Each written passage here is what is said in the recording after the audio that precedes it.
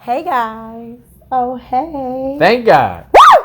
It's another Super Ghost Sunday. Ali edition. Ali edition. That's when it's on you because Yes. he got something to say today. So I told Felicia yesterday about a story. Barbershop talk, baby. We want to classify this Barbershop talk.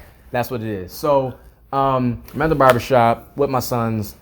I like to bring the boys because they see how the guys kick it. You know how the barbershop goes. Ladies, it's the same way as when you go to the salon. You all talk smack or talk whatever you do. Guys do the same thing. So this man is making a comment. First off, his barber asked him, "How do you want your hair today? Are we going to cut it?" He's like, "No, man, I'm not cutting my hair." He was like, "Well, how does your woman feel about that?" He was like, "How she feel about that, man? This is my hair." And he said, "But if so then the barber said, "Oh yeah, that's what I'm talking about. Yeah, that's barbershop talk. That's barbershop talk." He's like, "No, man, ain't no barbershop talk. Like this real talk. This my hair." So then he said, "But if you ask my daughter would tell you to cut my hair." He's like, "Now that's the one who really run me. My daughter's the one who run me. Nobody else." So I had an issue with that. And the issue I brought home to Felicia is that I said to her, what's crazy is how this man will make his daughter feel like you run my world, you have me wrapped around your finger. But your woman, she don't feel the same way. You don't give her the luxury of feeling the same way. You do know that a grown woman once was a girl, right? And every woman has a girl in her, just like in every king, there's a kid. Like there's a boy in every man, like there's a girl in every woman. She wants to know that she has some type of power over you. Like she's able to seduce you, or she's able to do something, because that just builds our esteem. You know what I'm saying? Like the same way that a woman likes to feel like if I tell my man no, it's no. It's the same way that a man wants to feel that way too. Like I say, I got my chick on lock. So what do you think that a female feels with her man? She wants to feel that same thing.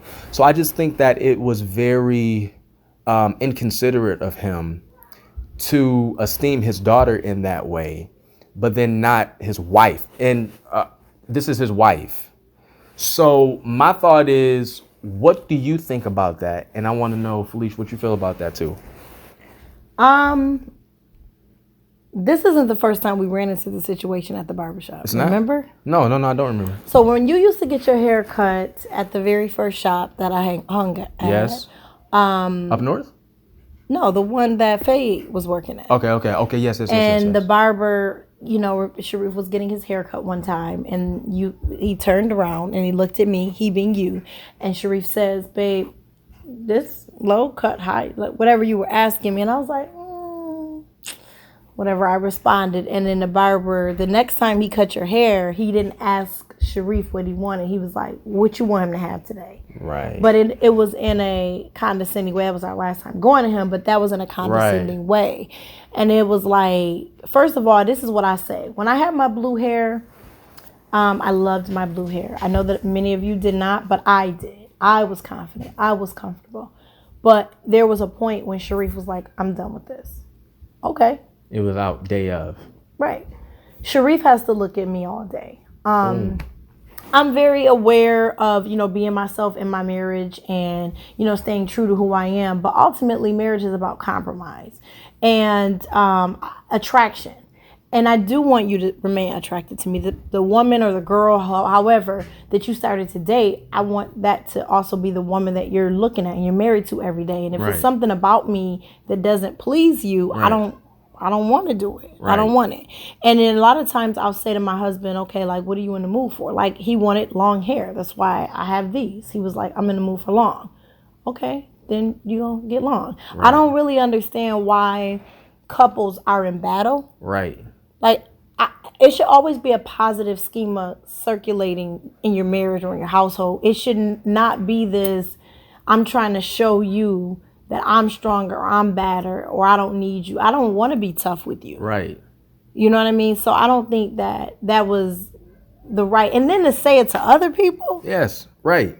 And see, here's the thing. The barber gave him an out by saying, like, basically, like, what does your woman want to see? And he's like, it don't matter what my woman wants to see. This is my hair. Clearly, that barber must have been or is in a relationship where he sees the value of pleasing his woman. That's just it. Like, you have to look at me. So I'm giving you the consideration of just saying, what would you like to see, babe? That's it.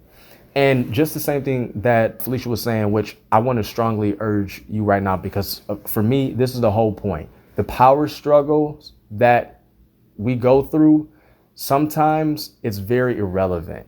It's not even necessary. And if you are in this type of, if your relationship have this type of, dynamic, oh, I can't say anything about how I want him to see his hair because he's going to get an attitude. Or, oh, I can't say you need to wash the dishes because that person's going to have an attitude. You know what I'm saying? Like, whatever y'all you power. make your own decisions. Right. Yeah. Whatever y'all power dynamic is, you need to hurry up and bridge the gap between that very quickly, especially if you have children, because you don't want to teach your young boys and your young girls that same message. Yeah, that same negative recurring cycle. And yes, I think it's negative. The reason why I think so is because it does not breed a happy, functional family. Like, things have changed. You know what I'm saying? Like, we're in 2019. It's not that old school, the man wears the hard hat, he goes to work, and then he comes home and he has sex with his wife on demand and doesn't care what type of sex he has with her. You just better lay down and take this pipe and let me go to sleep, and I don't ask you about your day. I don't ask you how it was with the children, and then I go to home the next day. Or if you have a complaint, I don't want to hear it because I'm working and you just staying at home with the kids. That's not the type of world we live in right now. Like, it's really a balance, or a dance, between this what am I trying to say? Masculine and feminine, man and woman, like that energy. And you guys have to dance between that energy. The bottom line is, if you have a partner, if you have a spouse especially, give them the consideration of just having a decision, having a say-so in your day-to-day life. Even if it's as small as a haircut. What?